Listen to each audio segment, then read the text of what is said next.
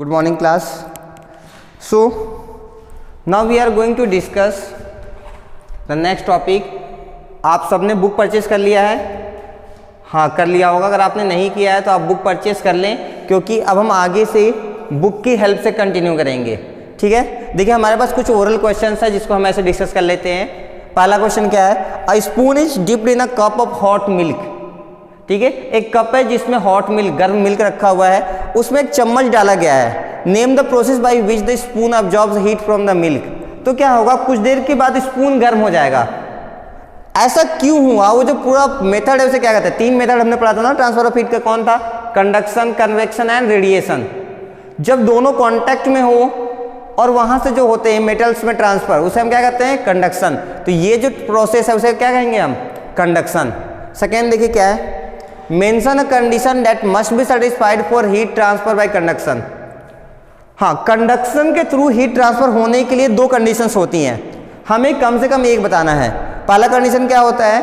The two bodies should be in direct contact. दोनों body एक दूसरे से टच होना चाहिए, यानी कि ये हीट है और ये उसको टच कर रहा है, तो धीरे धीरे ये भी हीट होने लगेगा। अगर ये हीट है और ये टच में नहीं है तो ये हीट नहीं होगा। पहला कंडीशन ये था। दूसरा क्या था? दोनों का टेम्परेचर डिफरेंस होना चाहिए, यानी कि एक ज़्यादा गर्म होना चाहिए, एक हल्का होना चाहिए। बात समझ में आ रही है? ठीक है, सेकेंड हो गया। थर्ड देखिए, what determines the direction of a flow of heat between two objects in contact. Direction कैसे होता है? हाँ, डायरेक्शन कैसे होता है? हाई टेम्परेचर से लो टेम्परेचर की तरफ होता है। याद है हमने कहा था जैसे नदी, रिवर्स हमेशा हाई से लो की तरफ बहती है ना, ऊंचाई से नीचे की तरफ आता हुआ। कभी आपने देखा नदी नीचे से ऊपर जा रही हो? नहीं होता ना। वैसे ही जो टेम्परेचर है, हीट का जो फ्लो होता है वो हाई टेम्परेचर से क्या होता है? लो टेम्परेचर की ओर होता है। फोर्थ देखिए, which property of A solid is employed when it is used for making the handle of a pressure cooker. अगर हमें प्रेशर कुकर का हैंडल बनाना है तो आप हमें बताइए कि हमें कौन सी प्रॉपर्टी को ध्यान में रखना होगा। वो जो मटेरियल होगा वो गुड कंडक्टर होना चाहिए, इंसुलेटर होना चाहिए, नॉन कंडक्टर होना चाहिए, या पुअर कंडक्टर होना चाहिए। हाँ, क्या कहा आपने? नॉन कंडक्टर्स ऑफ हीट होना चाहिए। अगर इंसुलेटर है तो फिर और अच्छी बात है। Which of the following is an insulator. Insulator का मतलब ना ही हीट पास हो ना ही इलेक्ट्रिसिटी। बताइए, वाटर, ग्लास, माइका, ब्रश। हाँ, कौन है? माइका है। सही है, चलिए आगे बढ़ते हैं। Now we are going to discuss second type. The second method of transferring of heat is convection. When liquids and gases are heated, the heat is carried from one part to another by the actual movement of the hot particles। जब हम liquid और gas को heat करते हैं, मान लीजिए मेरे पास एक वाटर का टब है, चलिए बना ही देते हैं आपके लिए।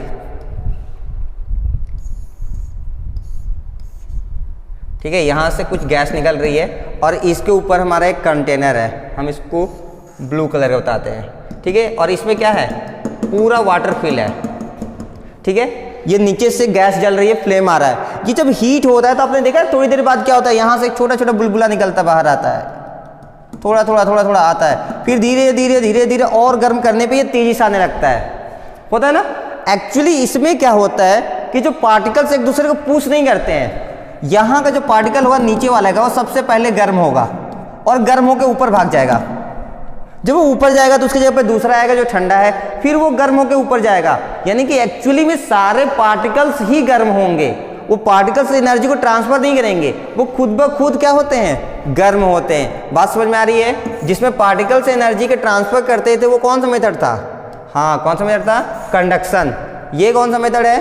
कॉन्वेक्शन।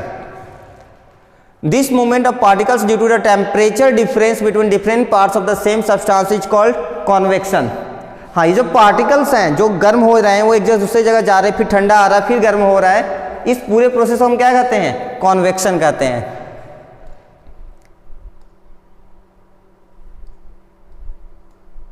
आगे देखते हैं। व्हाई डज, इसको थोड़ा सा बड़ा कर लेते हैं ना।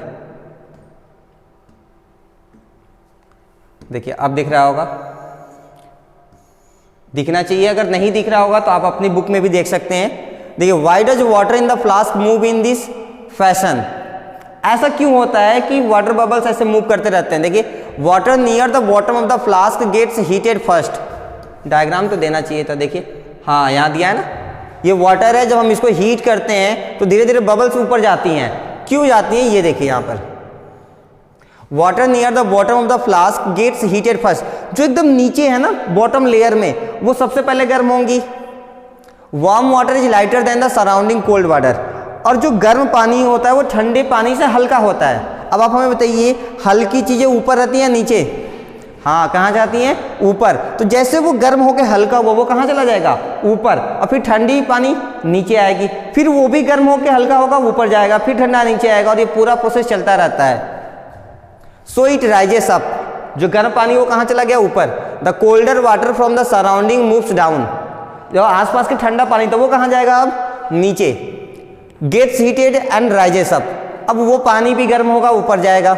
This process continues until the entire water attain a uniform temperature. और ये तब तक होता रहेगा जब तक कि सारा पार्टिकल्स जो है वाटर का वो क्या ना हो जाए? गर्म ना हो जाए। नेक्स्ट देखिए, this cyclic movement of water during heating is called convection current. ये जो पूरा बार बार रिपीट हो रहा है, गर्म होना, ऊपर जाना, ठंडे का नीचे आना, फिर गर्म होना, ऊपर जाना, फिर ठंडे पानी का नीचे आना, ये जो पूरा प्रोसेस है उसको हम क्या कहते हैं? कन्वेक्शन करंट भी कहते हैं। क्या कहते हैं? Convection current. Air two is not a good conductor of heat. हवा भी गुड कंडक्टर ऑफ हीट नहीं है। Being a gas it can flow and spread fast and transfer heat by convection.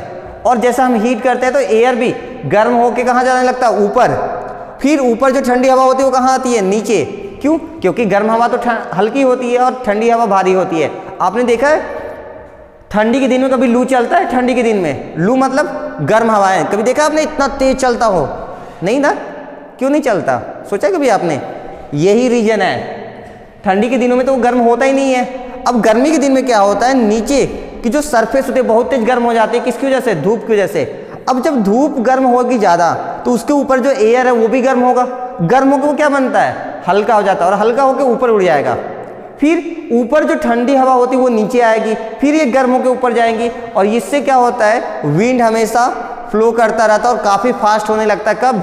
Summer season में, जिसको हम क्या कहते हैं? लू कहते हैं। बात समझ में आ गई? चलिए एक छोटा सा हमें डू यू नो दिया गया, वो भी देख लेते हैं। Heat transfer in which heat is carried from hotter part of a substance to its colder part by the actual movement of the hot particles in it is called convection। हाँ, यही चीज दिया हुआ है। एक हॉट पार्टिकल गर्म होकर ऊपर जाएगा, फिर कोल्ड पार्टिकल आएगा, वो गर्म होकर ऊपर जाएगा। ऐसे करते करते सारे पार्टिकल्स का हीट होना क्या कहलाता है? कन्वेक्शन कहलाता है।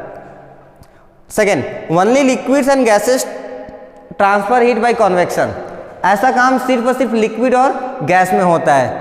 सॉलिड में ये काम नहीं होता, क्योंकि सॉलिड के पार्टिकल्स काफ़ी पास होते हैं, वो एक दूसरे से कोलाइड कर जाते हैं, वो उसके उस पार नहीं जा सकते। तो वो क्या करते हैं? धक्का देके एनर्जी पास करते रहते हैं। उसे हम क्या कहते हैं? कंडक्शन कहते हैं।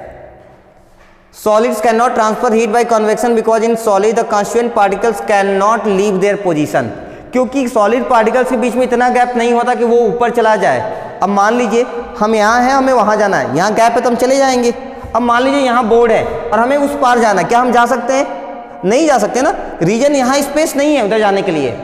सॉलिड में स्पेस नहीं होता कि वो पार्टिकल गर्म होकर उधर चला जाए फिर ठंडा वाला आए, ऐसा नहीं होता। जबकि लिक्विड और गैस में ये पॉसिबल है, क्योंकि उनके बीच गैप होती है। आज के लिए इतना ही। अगर आपके पास बुक नहीं है तो प्लीज़ परचेस कर लीजिए ताकि हम आगे कंटिन्यू कर सकें। Thank you.